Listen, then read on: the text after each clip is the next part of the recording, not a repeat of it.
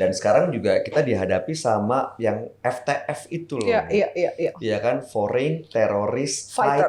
Fighters. Dan mereka ini udah ke Indonesia sebagai returnees dari Irak dan Suriah. Betul. Ini kan sebenarnya bisa dilihat sebagai salah satu ancaman serius buat negara. Betul. Kali dia keluar menjadi teroris, bukan warga negara Indonesia lagi. Cabut kewarganegaranya. Cabut. Itu cukup efektif. Soal jumlahnya ribuan loh, dari 2004 sampai sekarang. Iya, artinya karena kalau tidak dicabut kewarganegaraannya, dia akan kembali lagi ke Indonesia dan dia nanti akan flying victim yang artinya kami begini. Atau mungkin kalau memang itu terlalu dianggap ekstrim ya, mungkin ada kategorinya gitu ya. Oh, jadi ada yang bisa dibina, ada betul, juga ada yang yang memang sudah harus gitu, dicabut. Ya. Nah, Ibu Stepi kan juga pernah melakukan penelitian mengenai pergerakan kelompok di Papua begitu ya, Bu ya.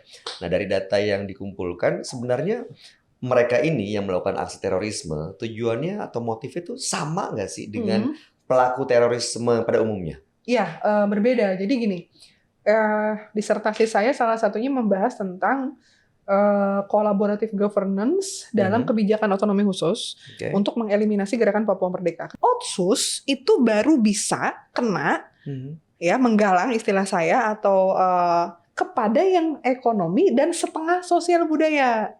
Ekonomi dan sosial budaya nih Mas. Tapi yang politik sama ideologi itu nggak bisa pakai otsus. Jadi kita tidak bisa menyamakan itu semua dengan otonomi khusus. Itu. Nah, motifnya berbeda dengan teroris yang pada umumnya. Jadi kalau kita bicara KKB kemudian pasca meninggalnya Kabinda jadi KST, kelompok separatis teroris Papua itu Pak Menko bilang KST ya dari KKB. Itu beda dengan teroris pada umumnya. Kenapa? Karena di mana pembedanya? Bedanya kalau yang KKB kemudian jadi KST itu ada unsur etnonasionalisme. Jadi ada nasionalisme kedaerahan bahwa kami ini Melanesia, kami ini Papua, mereka lebih dulu menyadari dirinya sebagai bangsa Papua sebelum jadi bangsa Indonesia.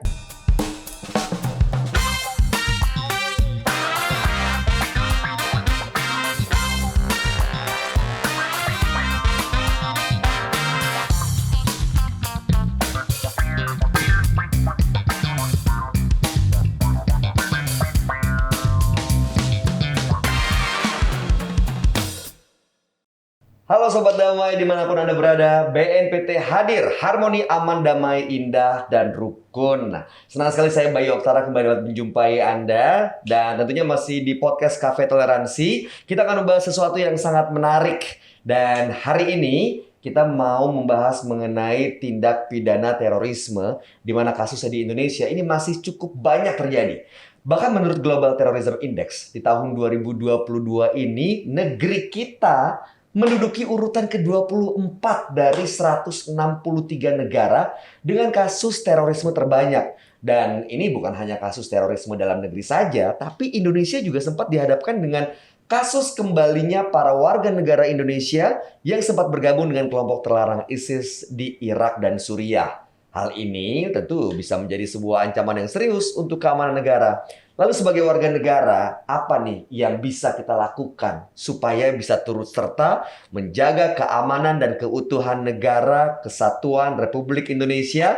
Jawabannya akan kita temukan bersama narasumber yang sudah hadir di tengah-tengah kita, di mana beliau ini merupakan seorang perempuan yang tangguh. Wah, saya sih ngefans banget sama beliau. Ikutin sosial medianya, ikutin beberapa beritanya. Yang jelas beliau ini berkecimpung di dunia intelijen dan keamanan negara. Pernah di DPR juga menjadi staf ahli, lalu kemudian di BIN juga. Tanpa berlama-lama lagi, langsung saja kita sapa Ibu Stepi Andriani. Halo Ibu Stepi. Baik. Apa kabar Bu? Sehat. Sehat. Gimana ya? kabarnya Mas? Sehat. Alhamdulillah sehat. Terima kasih sudah hadir buat kita hari ini. Dan sebelum kita ngobrol, perlu kita informasikan bahwa seluruh yang bertugas ini sudah menjalankan protokol kesehatan sesuai ketentuan, vaksin, booster. Untuk itu kami mohon izin untuk bisa melepas masker. Silakan Ibu. Iya. Nah, Ibu Stepi, kalau kita ngobrol mengenai terorisme, rasanya kan ini topik yang sangat berat ya. Tapi kalau sebelum kita ke sana, boleh nggak saya nanya sedikit nih, mungkin OOT atau out of topic. Perempuan tapi masuk ke dunia intelijen. Apa yang membuat Ibu Stepi tertarik? Iya. Yang pertama itu memang dari mulai kecil, mahasiswa gitu ya, menjadi aktivis. itu saya senang sekali ikut pendidikan bela negara. Pokoknya yang terkait dengan apa sih yang bisa kita kasih buat negara ya. Kemudian pada saat S2 saya mengambil jurusan kajian strategik intelijen di UI. Nah, walaupun memang sebelumnya pada saat S1 itu skripsi saya mengenai politik pertahanan perbatasan di Papua. Jadi waktu itu pada saat S1 tuh dapat juara 1. Si skripsi saya ini dilombain sama kampus Unpad waktu itu. Dapat juara 1 karya tulis sosial politik se-Indonesia. Dari situ semakinlah gayung bersambut gitu ya. Saya yang pengen berkontribusi dengan apa yang bisa kita lakuin nih buat negara. Kemudian juga masuk S2 di kajian intelijen. Dan mungkin akhirnya masuk kepada komunitas dan lain-lain. Ya sampai sekarang akhirnya jadi dosen di Sekolah Tinggi Intelijen Negara gitu. Perempuan dan intelijen, sekian kita tahu Ibu, intelijen ini kan dunia yang laki-laki yang keras, berbahaya. Nggak ada rasa takut sedikit pun gitu Bu? Atau keluarga deh tanggapannya? Sebetulnya kalau keluarga saya sudah apapun yang terbaik ya, dukung. Dukung, support. Tapi memang begini, jadi banyak yang belum memahami secara dasar. Mungkin kita sering dengar bukunya Sun Tzu, The Art of War ya. Jadi kalau ingin menang 1000 pertempuran itu kenali diri sendiri, kenali diri musuh. Tapi banyak yang nggak tahu bahwa di bab ke-13 bukunya Sun Tzu, itu dia membahas mengenai using spy, jadi penggunaan mata-mata. Dan mata-mata yang dijelaskan oleh Sun Tzu itu mayoritas adalah perempuan. Jadi bagaimana dinasti Wu waktu itu bisa menang, bertahan, dia mengirimkan berbagai selir cantik untuk mencari informasi gitu ya. Dan ada arena-arena yang sepertinya tidak bisa dilakukan oleh pria. Nah, perempuan bisa. Gitu. Jadi kalau bisa dibilang intelijen dan perempuan ya, itu udah ribuan tahun lalu udah digunakan. Ada matahari, Tokyo Rose dan lain-lain. Karena zaman dulu tuh operasi rancang tuh yang paling efektif kayaknya. Banyak film James Bond, tapi ternyata bukan cuma di film doang loh Sobat Damai. Ada pengumpulan data yang memang betul. Ya ada ya, real. Ada. Oke. Nah, kalau Ibu Stefi ini kan perempuan yang berkecimpung di dunia keamanan ketahanan negara, representasi perempuan yang memiliki keinginan untuk bela negara. Tapi ada juga kan ya Bu Stefi perempuan-perempuan yang justru menjadi representasi dari tindakan radikalisme dan terorisme. Ya pertanyaannya sebenarnya kan ini kan satu hal yang butuh nyali yang besar. Kalau kita mundur beberapa bulan yang lalu, bahkan ada seorang perempuan usia 30 tahun yang di area Istana Negara itu kan mengarahkan pistol ke Pas Pampres, butuh nyali yang saya aja nggak berani gitu. Nah, menurut Ibu Stefi apa yang membuat perempuan-perempuan itu begitu besar nyalinya, berani banget sampai berpartisipasi dalam hal-hal seperti itu? Ya. Jadi yang pertama sebetulnya kalau sudah kita bicara perempuan, laki-laki atau gender gitu ya, sebetulnya tidak ada hal yang membedakan secara besar begitu untuk peranan hari ini di dunia hari ini. Selain mungkin perbedaannya perempuan bisa mengandung karena punya rahim gitu ya, bisa menyusui dan lain-lain. Tapi secara global sebetulnya peran-peran yang dilakukan oleh laki-laki itu bisa juga dilakukan oleh perempuan. Hanya kan apalagi kita tinggal di negara yang mayoritas beragama, kemudian juga timur,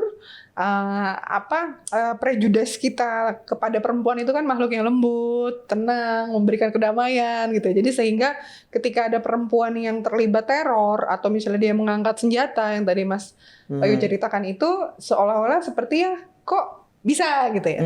Nah ini memang bagi masyarakat awam banyak yang ya ibaratnya bisa dibilang menganggap bahwa sosok perempuan itu kan representasi ibu ya, harusnya ikut menenangkan, bukan untuk justru ikut-ikutan. Tapi dari penelitian yang pernah saya lakukan, justru keterlibatan perempuan dalam terorisme ini 70%-nya itu adalah dia korban.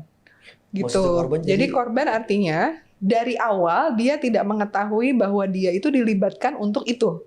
Nah, ada yang merasa satu, dia harus manut kepada suami. Yang kedua, dia disuruh cari uang, dia suruh ini, tapi dia tidak paham endingnya itu untuk link up ISIS, link up Al-Qaeda atau JAD atau JA. Jadi dia membantu awalnya. Karena doktrin yang dia terima adalah ketidakadilan, pemerintah yang begini. Kemudian juga sering dipertontonkan video-video kekejaman di Palestina. Jadi ada rasa apa ya, ingin berjuang tapi kemudian akhirnya salah gitu. Nah, yang 30%-nya lagi itu memang pelaku dalam artian dia menyadari bahwa diri dia akan terlibat atau ikut terjun kepada gerakan teror. Jadi 70%-nya itu lebih banyak dia sebagai korban, dia digunakan gitu. Awalnya nggak tahu. Awalnya Tapi nggak tahu. Begitu tahu motifnya sama nggak sama ya? Beda. Jadi pada saat yang 70% ini awalnya nggak tahu dengan yang 30% dari awal sudah tahu, itulah ya. Nah, yang 70% awalnya nggak tahu inilah kasihannya sebetulnya ya. Mayoritas dia tidak bisa menarik diri. Karena tadi di kita kan masih patriarkisnya tinggi ya. Betul. Jadi artinya kalau melawan laki-laki itu bagaimana gitu ya. Nah, beberapa kali saya temukan juga, ya ini mohon maaf ya menyebut institusi. Jadi beberapa pesantren begitu, anak-anak yang bisa dibilang belum bisa menentukan nasibnya sendiri, artinya masih 12 tahun, 13 tahun, itu ditunjuk, dinikahkan oleh, kalau kita bilang mungkin guru ngajinya atau ustadznya gitu ya, untuk menikah dengan orang A, B, C yang dia tidak paham ya, jangan ngomong cinta dulu lah. Dia mungkin belum kenal. Dan ada beberapa saya pernah menemukan tuh nangis karena dia pengen sekolah, dia nggak mau. Tapi gitu ya.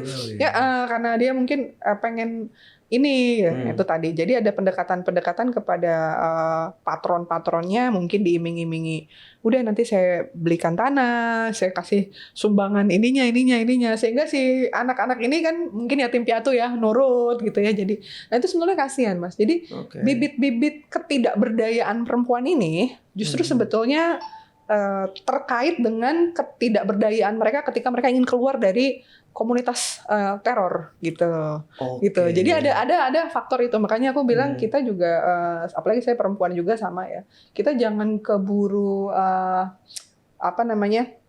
mengklaim bahwa mereka semua tuh kok berani gitu. Ada juga yang memang dia awalnya adalah korban. Justru dia korban. Ketidakberdayaannya itu dia dijadikan dia jadi korban seperti itu. Apalagi yang terkait anak ya. Ibu harus melibatkan anaknya gitu kan. Kalau bukan terpapar atau terdoktrin nggak mungkin lah. Ya diiming-iminginya gitu, nanti ketemunya nanti di surga atau gimana, kan nggak tega lah ya. Kalau seorang ibu normal nggak mungkin mengorbankan anaknya yang masih kecil untuk mati bareng gitu ya. Soalnya kalau kita lihat kan bukan belakangan, tapi memang kasus terorisme ini selalu masif melibatkan perempuan, baik dalam organisasi maupun jadi eksekutornya begitu ya. Dan sekarang juga kita dihadapi sama yang FTF itu loh. Iya kan, Foreign Terrorist Fighters. Dan mereka ini udah ke Indonesia sebagai returnees dari Irak dan Suriah. Ini kan sebenarnya bisa dilihat sebagai salah satu ancaman serius buat negara. Nah, Ibu Stepi melihatnya seberapa besar skala urgensi perhatian kita terhadap gelombang returnees ini? Iya.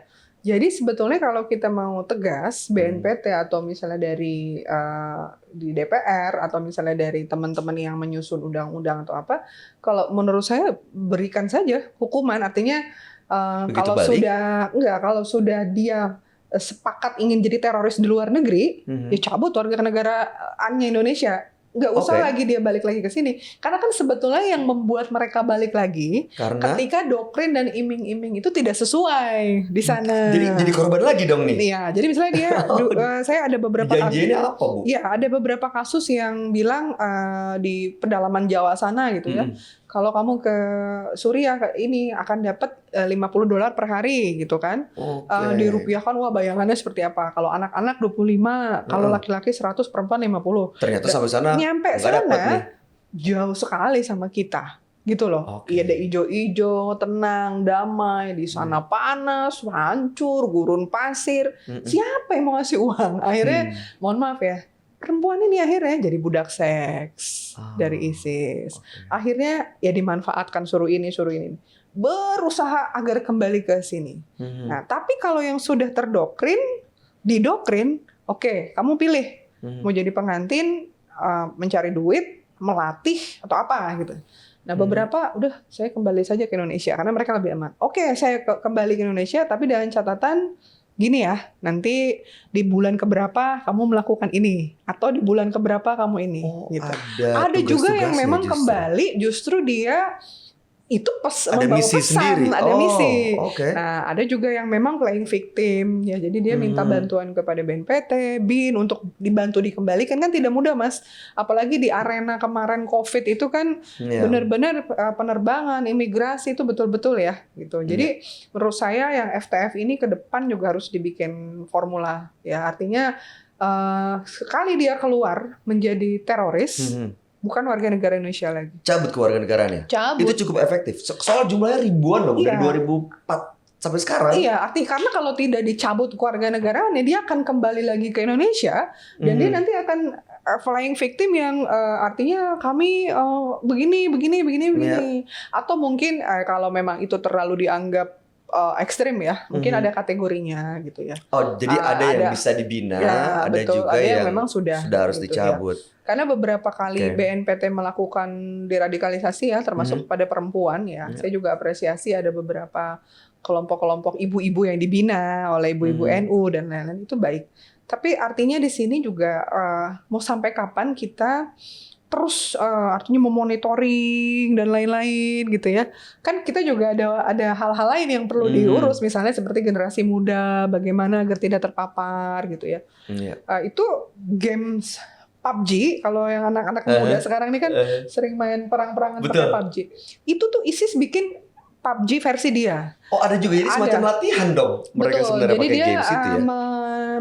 Mengcopy geometri dan platformnya si PUBG itu, tapi dengan bendera-bendera seperti itu, bendera-bendera ISIS. Oke. Wah, ini semakin menyeramkan sebenarnya ya. Jadi ini memang benar-benar ancaman serius yang harus melibatkan semua pihak. Kayaknya nggak cuma cukup dari beberapa institusi pemerintah, kita juga masyarakat harus ambil peran nih. Betul. Sebelum kita lanjut, kita kopi dulu. Oke, terima kasih. Oh iya, pasti suka. Silakan. Oke. Sejauh ini bagi returnees yang dilakukan pengawasan, lalu kemudian mungkin pembinaan, itu gimana? Cukup efektif nggak sih, Bu? Saya tidak monitor secara detail ya, tapi menurut saya begini, kalau kita ingin membela atau merubah, bahasa saya itu namanya ESTOM, emosi, sikap, tingkah laku, motivasi. Itu harus ada indikator yang jelas. Gitu. Jadi misalnya dia yang tadinya ngomong gitu, pemerintah nih togut, ya, kemudian kita harus deradikalisasikan, dekati, sentuh hatinya, usahakan sampai dia itu menangis, cerita, sampai pada satu titik dia bilang, iya saya salah, gitu ya, saya tidak boleh membunuh karena itu mencederai hakikat alam semesta misalnya. Tuhan juga tidak suka dengan hal seperti itu. Dan NKRI ini adalah sesuatu yang harus dijaga. Itu kan perubahan tuh, Mas, dari emosi dia, sikap dia, speech-nya dia yang tadinya begini, itu harus diukur. Harus bisa seperti itu. Kalau bisa tercetus lebih baik. Kalau enggak ya minimal sikap dia berubah. Dia yang tadinya pengen jihad, jadi ya udahlah kita jualan aja. Yang penting saya bisa nyekolahin anak-anak gitu. Jadi itu harus ada ukurannya tuh. Kalau mau dibilang deradikalisasi itu canggih gitu loh, bagus, sukses gitu. Harus benar-benar komprehensif gitu ya. Betul. Semuanya dipikir dari segala aspek. Jadi emosinya berubah nggak, sikapnya berubah nggak, itu harus perorangan. Dan itu harus melibatkan analis tingkah laku. Karena kalau cuma sekedar dikumpulin, kasih bendera, penyuluhan, apalagi ketemunya cuma sekali. Saya selalu bilang kalau cuma sekali itu bukan penggalangan namanya, tapi silaturahmi. Jadi janganlah kita. Cuman justru malah tukeran ide lagi ya. Ya nanti malah yang jadi panelis atau instrukturnya malah yang tergalang. Akhirnya malah ikut. Nah, Bu Stefi, beberapa waktu yang lalu di Astana Anyar Bandung ada kejadian kan bom bunuh diri itu diledakan di Mapolsek. Tanggapan Ibu Stefi gimana mengenai kejadian ini? Jadi sebetulnya salah satu ciri dari ISIS. Jadi Al-Qaeda dengan ISIS ini ada perbedaan mendasar. Di awal terbentuknya, Al-Qaeda itu mencari orang-orang pintar yang sudah pernah hatam kitab kuning ini dan lain-lain. Anggarannya pun dia awalnya dari keluarga ya, gitu. ISIS ini tidak punya platform sama seperti Al-Qaeda. Platformnya adalah siapapun lo boleh, mau non-Muslim, mau dari negara mana. Bahkan ISIS akhir-akhir ini mencari pelaku teror perempuan tuh justru yang bule, yang tidak mungkin kelihatan Islami gitu, yang tidak pakai jilbab gitu. Justru dia arahnya ke sana. Dan siapapun, mau anak muda, mau anak seneng gamers, itu direkrut. Nah, turunnya adalah kepada ledakan kecil. Ledakan kecil-kecil tapi sering. Itu ISIS. Kalau Al-Qaeda turunannya itu lebih kepada yang bombastis. Karena arah dia adalah Western, jadi simbol-simbol Barat. Nah kalau ISIS ini nggak, di mana aja, bahkan di masjid pun dia kena ya, masjid, kemudian tempat-tempat aparat keamanan gitu. Jadi, nah jadi kalau ISIS ini dia nyambernya sama lone wolf yang serigala tunggal, lebih cepat. Kalau GI atau Al-Qaeda ini lebih kepada yang terstruktur, lebih jaringannya lebih rapih gitu. Nah yang saya khawatirkan sebetulnya adalah terjadinya radikalisme di dunia maya atau medsos. Beberapa anak, contohnya waktu itu Zakiyah dengan usia 25-26 tahun kalau tidak salah, datang dengan airsoft gun ke Mabes Polri dan polisi takut lah, tembak. Ada pakar grafologi yang membuka tulisannya Zakiyah, ternyata dipelajari bahwa dia ini bukan ingin jihad masuk surga, dapat bidadara ya, kalau perempuan bidadara gitu ya. Dapat enggak gitu. Justru dia ada kaitan dengan eksistensi diri. Oh, jadi ada yang karena motif untuk eksistensi melakukan ini, itu ada istilahnya untuk cari perhatian ada gitu. stair kesemnya, jadi ada tangganya. Jadi anak muda rata-rata yang terlibat teror itu bukan untuk jihad, eksistensi diri, kurang kasih sayang, kemudian tidak ada teman bicara, dan dia ingin mencari kedamaian. Nah, di mana nyari kedamaian? Agama, pasti kan? Agama tuh kan pasti mau Kristen, mau Islam. Kita kalau ke gereja bagaimana adem, kalau ke masjid adem gitu kan. Dilalahnya ketika dia mencari kedamaian, dia masuk kepada arena yang tidak pas. Dia lihat podcast ini, dia lihat YouTube ini, gimana merakit bom, gimana kejahatan di sini-sini, muncul ide itu. Jadi kalau saya pastikan tuh seperti Zakiyah dan teman-teman lain tuh bisa saja dia tidak terekrut ISIS atau Al-Qaeda, tapi dia radikalnya itu muncul karena dia terpapar tadi, salah satunya dari media. Dia mencari sesuatu yang salah gitu ya. Dan bisa terpapar karena dia merasa terasing berarti. Betul, teralienasi oleh lingkungan. Jadi mungkin begini, buat teman-teman mungkin di rumah yang nonton podcast ini ya, terutama yang generasi muda dan perempuan. Kadang-kadang kalau ada teman kita yang melakukan sesuatu, terus kita kadang-kadang suka nyinyir gitu, Mas. Tuh lu gitu aja nggak bisa gitu. Itu buat kita mungkin bercanda, biasa.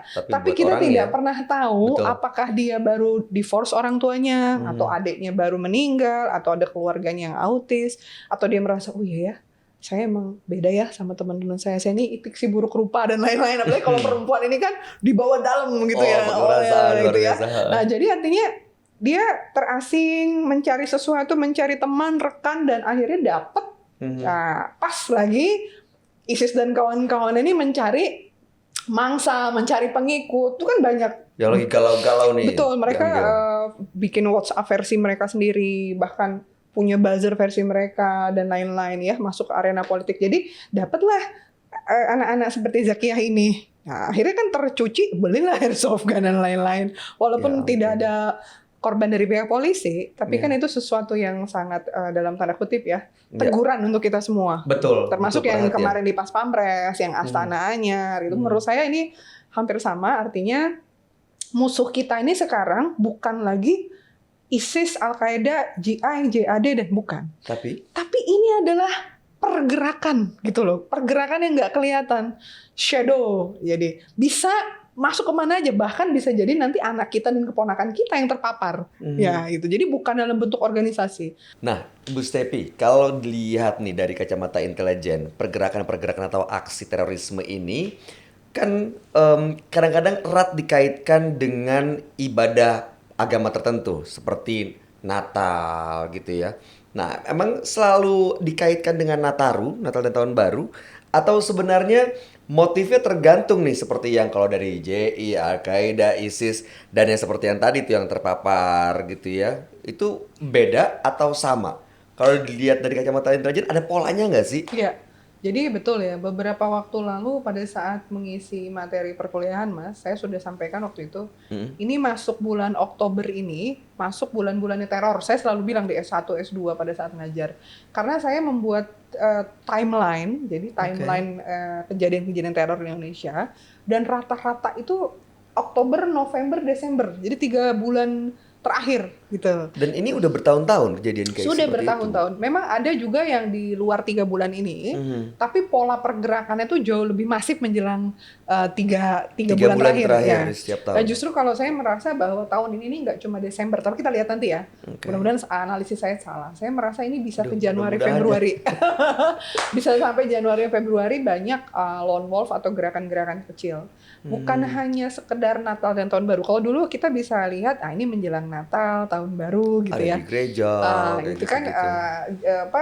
lebih kepada gerakan-gerakan yang pro Al-Qaeda ya. Iya. Tapi kalau gerakan-gerakan pro ISIS ini dia tidak just ke Natal Tahun Baru. Jadi kapanpun gitu ya. Hanya saya melihat begini, karena kita ini kan masih pemulihan ekonomi pasca Betul. Covid ya. Nasional pasca Covid pertama. Yang kedua, sudah mulai suhu politik naik nih. Pemilihan nomor urut, pilkada, Iya, betul. dan lain-lain. Mau pemilu nih tahun 2024. Pemilu, ada pergantian pimpinan, akhir tahun itu juga penyerapan anggaran. Jadi di edit akhir tahun inilah, pemerintah begitu sibuk dengan berbagai hal. Oh, lengah. Jadi kenapa dipilih? Salah satunya adalah tadi, lengah gitu. Yang kedua fokusnya ke yang lain gitu ya.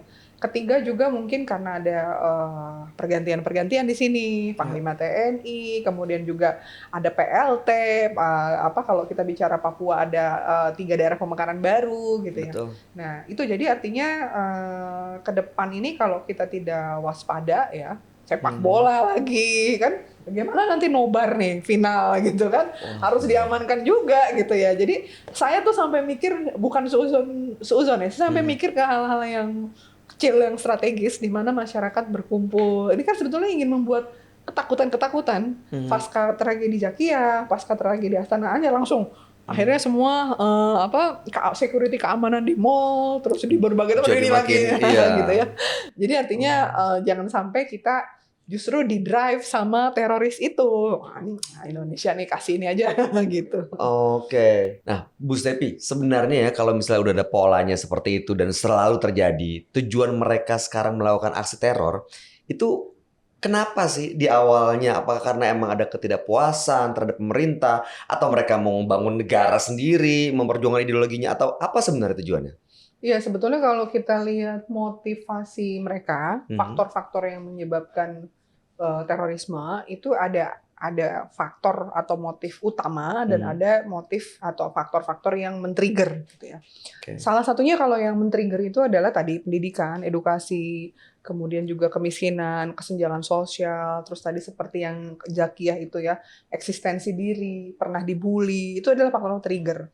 Tapi faktor utamanya itu adalah ya ada di kepala mereka, radikal teror gitu. Contoh misalnya begini.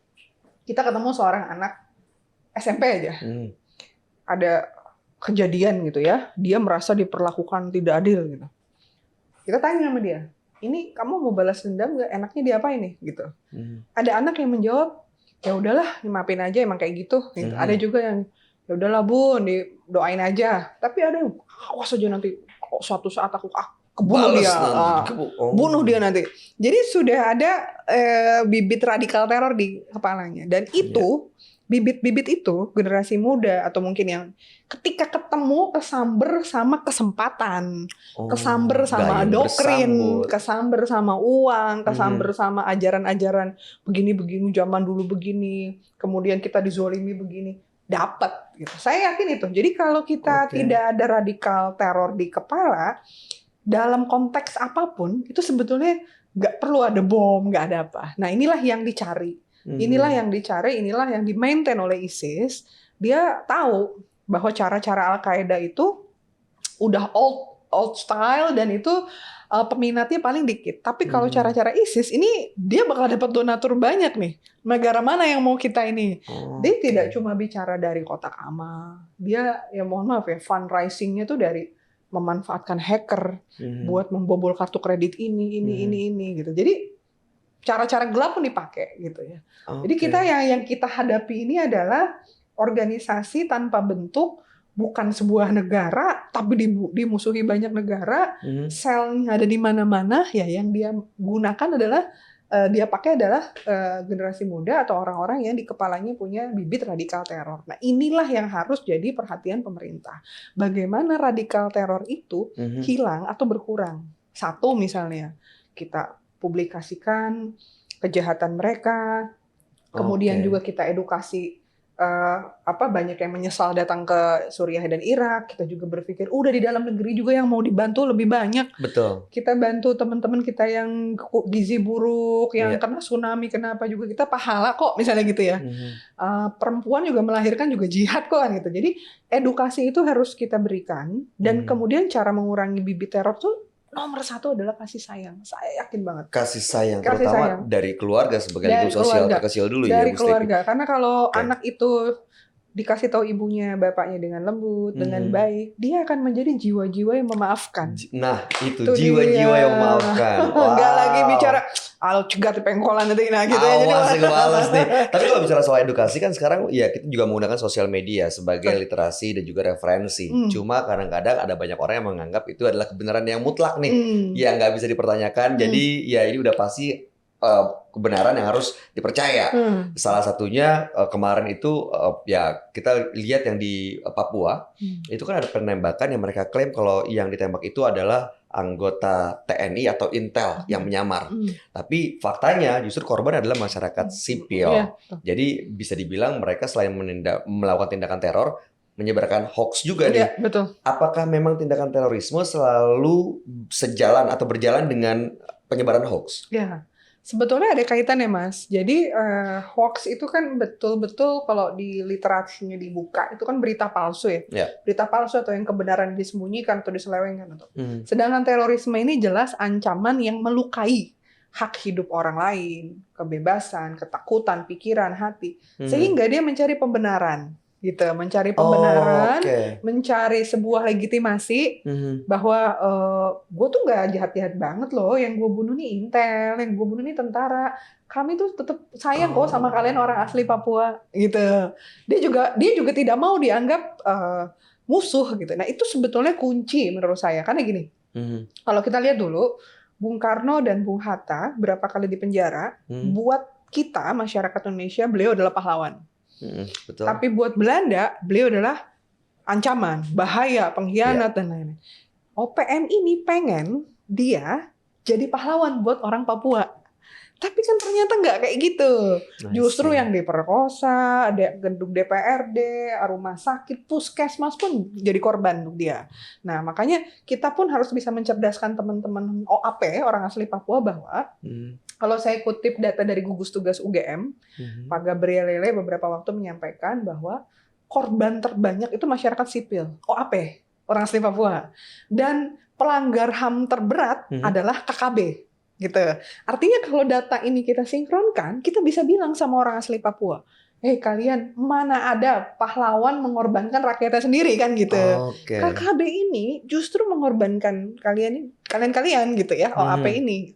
Sementara pemerintah pusat, TNI, Polri datang ke sana untuk melindungi kan gitu. Tapi kan KKB ini bermain, tidak cuma bersenjata, politik lah, generasi dengan bicara, ini orang-orang Jawa nih mau genosida, mau membunuh kita dan lain-lain gitu. Padahal kita ya sangat sayang ya sama teman-teman kita di Papua. Iya betul. Nah, sekali lagi tadi the power of pers, media itu di situ. Media penting sekali untuk memberikan edukasi, menambah kedalaman literasi, begitu ya. Nah, Ibu Stefi kan juga pernah melakukan penelitian mengenai pergerakan kelompok di Papua, begitu ya, Bu ya. Nah, dari data yang dikumpulkan, sebenarnya mereka ini yang melakukan aksi terorisme, tujuannya atau motifnya itu sama nggak sih dengan pelaku terorisme pada umumnya? Iya, berbeda. Jadi gini, disertasi saya salah satunya membahas tentang collaborative governance dalam kebijakan otonomi khusus untuk mengeliminasi gerakan Papua Merdeka. Kenapa Otsus sudah berlaku 20 tahun, kita sudah kasih pemerintah pusat 150 triliun, tapi kok gerakan Papua Merdeka bukan makin hilang, tapi malah makin kencang. What's wrong? Apa yang salah? Apa yang terjadi? Nah, ternyata ditemukanlah OPM ini atau KKB ini punya motif. motif sosial, budaya, yang mereka nih yang trauma dulu pada saat orang tuanya mungkin honainya. Jadi ada dendam gitu. Ada motif politik, mereka yang kepengen jadi bupati, wali kota, masuk partai dan lain-lain. Ada yang motifnya ekonomi, kesejahteraan, dan yang terakhir ada yang motifnya ideologi. Dari lahir dia sudah tahu bahwa kami ini berbeda, kami harus merdeka. Gitu. Otsus itu baru bisa kena, ya menggalang istilah saya atau kepada yang ekonomi dan setengah sosial budaya. Ekonomi dan sosial budaya nih Mas. Tapi yang politik sama ideologi itu nggak bisa pakai otsus. Gitu. Penelitian saya. Jadi ibarat begini. Ini orang demam berdarah, panas, dan lain-lain lah ya. Tinggi trombosit ini. Kita kasih Sunmol. Oke, untuk panasnya saat itu turun. Tapi Sunmol itu tidak bisa meningkatkan trombosit, tidak bisa mengembalikan imun, gitu paham ya? Jadi otonomi khusus, otonomi khusus bisa mengurangi teman-teman yang estomnya merdeka, yang sejahtera motifnya. Nah, ekonomi kurang, oh iya ya, kita jadi tak punya kebun kopi, kita dapat kerjaan, ada. Itu. Termasuk yang sosial budaya, setengahnya bisa, oh nih udah saling memaafkan. Tapi setengah lagi nggak bisa, karena dia ada trauma. Maka perlu trauma healing, gitu. Perlu pendekatan diselesaikan dulu, ibaratnya kita luka batinnya gitu. Ya, ibaratnya kita ketabrak nih berdarah. Ayo kita makan-makan, nggak mungkin. Kita langsung kasih. Sakit nih bos. Ya, nggak mungkin. Ini otsus ini kan kayak ngasih uang makan-makan aja. Emang enggak. Tapi apa, kasih betadin dulu, ditutup dulu lukanya. Udah sejam 2 jam agak enakan. Ayo kita ke rumah makan Padang makan. Nah gitu. Jadi kita tidak bisa menyamakan itu semua dengan otonomi khusus. Itu. Nah, motifnya berbeda dengan teroris yang pada umumnya. Jadi kalau kita bicara KKB kemudian pasca meninggalnya Kabinda jadi KST, kelompok separatis teroris Papua itu Pak Menko bilang KST ya dari KKB. Itu beda dengan teroris pada umumnya. Kenapa? Karena di mana pembedanya? Bedanya kalau yang KKB kemudian jadi KST itu ada unsur etnonasionalisme. Jadi ada nasionalisme kedaerahan. Bahwa kami ini Melanesia, kami ini Papua, mereka lebih dulu menyadari dirinya sebagai bangsa Papua sebelum jadi bangsa Indonesia. Jadi merasa lebih berhak gitu di tanah itu. Jadi kan gini Mas, 34 provinsi yang lain itu kan merdeka 17 Agustus 45. Sedangkan Papua itu PPRA 69. Bisa bayangkan dari 45 ke 69 nggak ada kita di sana. Yang lain udah belajar lalu Garuda, Pancasila. Ini baru 69 nih masuk. Beda berapa? 69 dikurangi 45. 24 tahun. Jadi ibarat tanaman yang satu dipupuk, disiram. Yang ini baru 24 tahun kemudian. Beda nggak? Beda Pasti dong. beda. Nah itulah penyemaian nasionalisme itu yang berbeda. Nah sedangkan kalau kita bicara teroris pada umumnya, itu kan nggak ada perkara itu. Mereka perkaranya pengen eksis, jihad, kemudian juga zolim, dan nggak ada etnonasionalisme yang dibangun. Nah, itu perbedaan. Berarti otomatis kalau penyakitnya beda, penanganannya juga harus berbeda. Of course, pasti beda. Oke, ini salah satu yang harus kita waspadai juga seperti tadi Ibu Stevi bilang, kita udah menjelang ke tahun politik. Ibu Stevi kan sudah mengeluarkan buku tahun 2018 lalu, yaitu Intelijen dan Pilkada. Nah, Ibu Stevi berarti kan melihat nih, sebenarnya ada hubungannya antara dua hal ini. Kalau lihat kacamata dari intelijen gitu ya, politik negara kita saat ini seperti apa? Apakah cukup mengkhawatirkan dari sisi keamanan, dari ketahanan, atau sebenarnya ada langkah-langkah yang harus kita lakukan? Iya, jadi salah satu hal yang menjadi alasan kenapa saya membuat buku itu adalah karena saya punya teman-teman pintar, cerdas gitu ya. Mereka tuh ingin jadi bupati, wali kota, caleg, tapi nggak bisa karena uangnya kurang. Gitu. Makanya saya karena mendalami intelijen sebagai informasi, sebagai pengetahuan, gitu.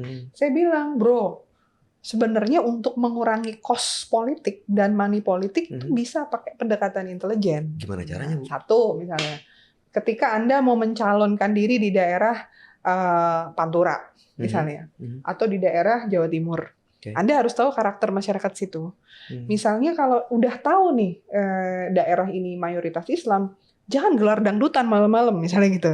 Jadi kita harus bikin pemetaan yang baik, masuk komunikasi bagaimana kita bisa jatuh hati sama masyarakat. Ya itu ketika di-compare, orang yang tidak kenal ngasih amplop 200.000, kamu cuma ngasih 50, tapi tiap saat kamu ketemu, duduk, ketawa bareng, aku yakin nggak pakai uang pun mereka akan milih.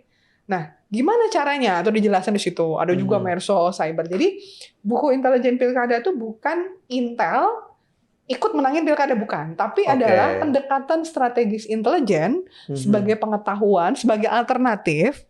Waktu itu sempat dibaca sama Mbak Krisdayanti, Pak Ridwan Kamil, beberapa ya. Untuk itu tadi saya ingin mengedukasi masyarakat bahwa janganlah indikatornya ini serangan pajar atau money politik, tapi ada hal-hal yang ingin dibangun konsep. Dan ini sebetulnya saya berharap sekali caleg-caleg muda terutama ya atau wali kota bupati muda ini, dan itu kayaknya sudah mulai banyak nih sekarang, udah mulai ya, udah mulai dibangun timnya seperti apa. Ya mudah-mudahan bisa menjadi salah satu tambahan referensi ketika teman-teman baru mau terjun ke politik begitu. Kalau bicara tadi pertanyaannya mengenai 2024, saya sedikit optimis bahwa segregasi sosial ini tidak serenggang 2019. Mudah-mudahan agak sedikit nyatu. Lebih rekat ya. Ya, tidak ada lagi cebong kampret atau cebong kadrun atau apalah. Mudah-mudahan agak lekat. Makanya bagusnya memang salah satu tugas dari podcast, dari media itu justru membangun edukasi politik itu gitu. Jadi jangan lagi kita melihat dulu kan ini bukan relawannya A, dulu kan bukan relawannya B gitu ya. Tapi ini kita bareng-bareng nih. Jadi buku-buku lama tuh ditutup. Selesai. Karena kalau di luar negeri itu, mohon maaf Mas, itu relawan itu menyampaikan sampai calonnya terpilih. Sudah terpilih, mereka bilang, kami selesai jadi relawan, kami mengantarkan Anda, selanjutnya kami akan balik badan menjadi pengkritisi Anda. Karena kami ikut menyampaikan Anda. Kan keren. Nah, kalau sekarang ini enggak. Kalau udah nganter, kepilih, langsung nunggu jadi diem apa, aja. jadi apa. Nunggu jadi apa. Itu pembelajaran ya, ada perbandingan dengan sangat benar. Karena banyak kontestasi, kayaknya agak sulit dipisahkan dengan polarisasi. Cuman bagaimana dua kubu, dua kutub yang berbeda atau lebih ini bukan justru saling menjatuhkan begitu ya. Apalagi saling bermusuhan, saling menyerang. Ya akhirnya terjadi cebong kampret lagi. Lebih bagus sih sebetulnya adu gagasan. Misalnya Mas jadi pendukungnya A, saya pendukungnya B. Silakan A punya apa? Oh kami mau bikin ini, B bikin ini. Kalau berdebat masalah itu nggak apa-apa. Betul. Tapi kalau berdebat masalah like or dislike, calon kamu kurang ganteng, calonmu nggak seganteng punya saya, lu jangan nyerang fisik lah atau itu ya. Tapi mudah-mudahan harapannya kalau dari kacamata Bu Stepi 2004 nggak akan mengancam. Insya Allah sebetulnya keamanan. kalau untuk menurut saya secara politiknya di atas kertasnya akan lebih cair. Nah tapi memang ancaman tadi teror, separatis, kemudian link struggle global ini kan Rusia, Ukraina, Cina, Taiwan, AUKUS. Jadi kalau saya merasa ancaman itu justru dari yang itu, cyber attack gitu. Jadi bukan dari kontestasi kitanya, tapi dari luar, serangan cyber, IT KPU itu yang harus diantisipasi. Pemahaman apa yang harus dilakukan kalau kita dalami supaya membentengi dari hal-hal itu, Bu? Yang pertama adalah yang suka sama politik, generasi muda dan lain-lain, itu ikut juga menjadi pengawas independen gitu ya. Kemudian juga udah nggak zaman lah kita ngomongin politik identitas, kemudian juga bicara tentang ayo money politik dan main, walaupun memang di grassroots ada saja yang tetap tertarik ya. Tapi saya berharap generasi muda ini bisa jadi kelompok untuk mengedukasi seperti ini. Perubahan perubahan ke depan yang lebih baik. Bagaimana nih kita, Cina sudah bikin ini, Singapura sudah bikin angkatan cyber. Jadi tentaranya tuh sudah darat, laut, udara, cyber, intelijen gitu. Kita masih ngurusin, ya mohon maaf ya, kasus artis yang cerai, KDRT dan lain-lain. Kayaknya tuh nggak banget gitu ya. Orang sudah bikin cyberspace, keluar angkasa, bagaimana ini. Kita masih bicara tentang calon lu gini, calon gue ya udah. Jadi itu kita harus angkat. Kalau kita menjadi negara maju, kita angkat percakapan di ruang publik ini jadi adu gagasan, adu ide, penemuan ini. Elon Musk sudah bikin ini. Masa kita masih ngurusin berapa amplop yang Nah, bibit-bibit ini justru bisa tumbuh kalau di medianya ada di lahannya ya. Kalau misalnya kita justru menolak bibit itu untuk tumbuh, ya otomatis nggak akan tumbuh kemana-mana ya. Kita justru bisa menciptakan pemahaman baru sehingga harapan untuk Indonesia jauh lebih baik bisa benar-benar terwujud dari generasi anak muda. Wow, senang sekali bisa ngobrol banyak dengan Ibu Stepi. Tapi yang jelas emang Sobat Damai menjaga keamanan keutuhan negara, kesatuan Republik Indonesia ini merupakan tugas dan tanggung jawab seluruh warga negara. Karena memang dibutuhkan kekompakan agar bisa menciptakan kekuatan untuk mewujudkan kondisi negara dan masyarakat yang aman dan damai. Ibu Stepi, terima kasih banyak atas waktunya. Senang sekali, banyak obrolan, banyak yang seru. Saya nggak sabar untuk langsung baca bukunya. Udah lama tertarik, belum bisa. Ya mudah-mudahan nanti bisa intelijen dan terorisme lah. Siap. Kalau gitu, akhir kata kami pamit. Saya Bayu Oktara bersama saya Dr. Stepi Andriani, pemerhati intelijen dan keamanan nasional. Salam damai dan salam Indonesia Satria.